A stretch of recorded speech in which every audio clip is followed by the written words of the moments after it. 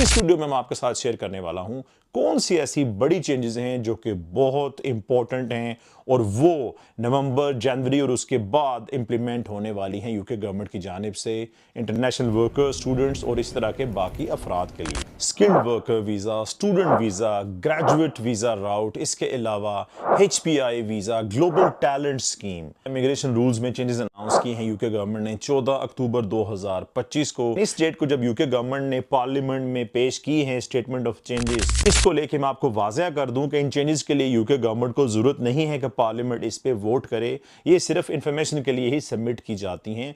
इसके अलावा कुछ ऐसी चीजें होती हैं जिन्हें प्रूव करने के लिए यूके गवर्नमेंट को जरूरत होती है कि वो पार्लियामेंट में उसको पेश करे, उस पर वोटिंग भी हो, जैसा कि नेशनैलिटी या फिर ILR वगैरह के रूल्स और कवानीन। सबसे पहले सबसे इंपॉर्टेंट बात करते हैं और वो है स्किल्ड वर्कर वीजा के लिए जो बड़ी चेंज की गई है। अब इंग्लिश लैंग्वेज रिक्वायरमेंट बढ़ा दी गई है, A लेवल्स कर दी गई है।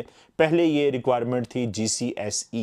इससे मुराद ये है कि कोई भी फर्द जो इससे पहले यूके वर्क वीजा पे जाता था उसके लिए जरूरी होता था कि वो शो करे वो B1 लेवल पे इंग्लिश बोल सकता है। इसको बढ़ा दिया गया है, A लेवल्स कर दिया गया है, यानी इससे मुराद है B2 और B2 लेवल IELTS में मोस्टली 6.5 बैंड्स कंसिडर किए जाते हैं, प्लस किसी कंपोनेंट में 6 बैंड से कम ना हो, ये उसका एक स्टैंडर्ड लेवल है। लेकिन स्किल्ड वर्कर वीजा के हवाले से एक बात याद रखें, टेम्परेरी शॉर्टेज लिस्ट भी निकाली गई है जिसमें 82 शोबे रखे गए हैं। यहाँ पे इंपॉर्टेंट बात यह है कि टेम्परेरी शॉर्टेज लिस्ट में जो लोग आएंगे वो कम सैलरी के साथ भी यूके जा सकते हैं जॉब हासिल करके, लेकिन उसमें इंपॉर्टेंट बात यह है कि आपका शोबा उस लिस्ट में शामिल हो तब, वरना कोई भी अगर आप स्टैंडर्ड लिस्ट से जा रहे हैं यूके काम करने के लिए वर्क परमिट लेके, 41,700 या फिर ऑन गोइंग रेट होना आपकी जॉब का जरूरी है आपके एम्प्लॉयर की जानिब से। सेकेंडली मोस्ट इंपॉर्टेंट बात यह है, स्टूडेंट ग्रेजुएट राउट पे पहले जो है वो ग्रेजुएशन के बाद 2 साल मिलते थे, अब उसको कम करके जनवरी 2027 से 18 महीने कर दिया जाएगा। PhD लेवल पे 3 साल ही ये टाइम रखा जाएगा, लेकिन स्टूडेंट ग्रेजुएट राइट पे कम कर दिया जाएगा। इमिग्रेशन स्किल चार्ज को बढ़ा दिया गया है एम्प्लॉयर्स के लिए, यानी जो एम्प्लॉयर स्पॉन्सर करते हैं मुख्तलिफ वर्कर्स को, इंटरनेशनल लोगों को, वो अब 32% ज़्यादा फ़ी पे करेंगे, यानी 1000 पाउंड की बजाय मोस्ट ऑफ द टाइम वो 1347 समथिंग पे करेंगे, लेकिन वर्कर्स का इससे कोई लेना देना नहीं होगा।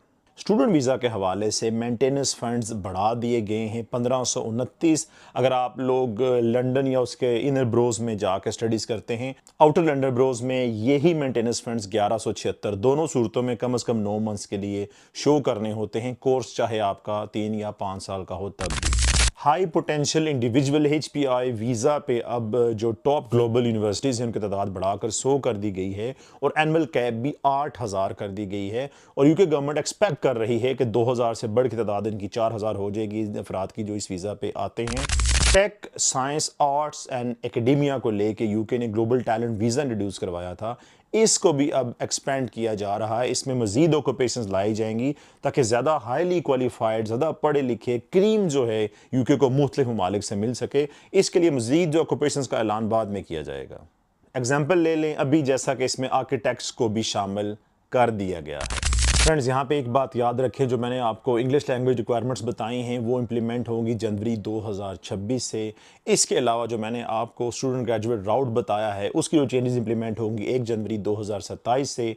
नॉर्मल जो स्टूडेंट वीज़ा पे मैंने आपको मेंटेनेंस फंड्स का बताया है उसके लिए जो डेट रखी गई है वो रखी गई है नवंबर 2025 से।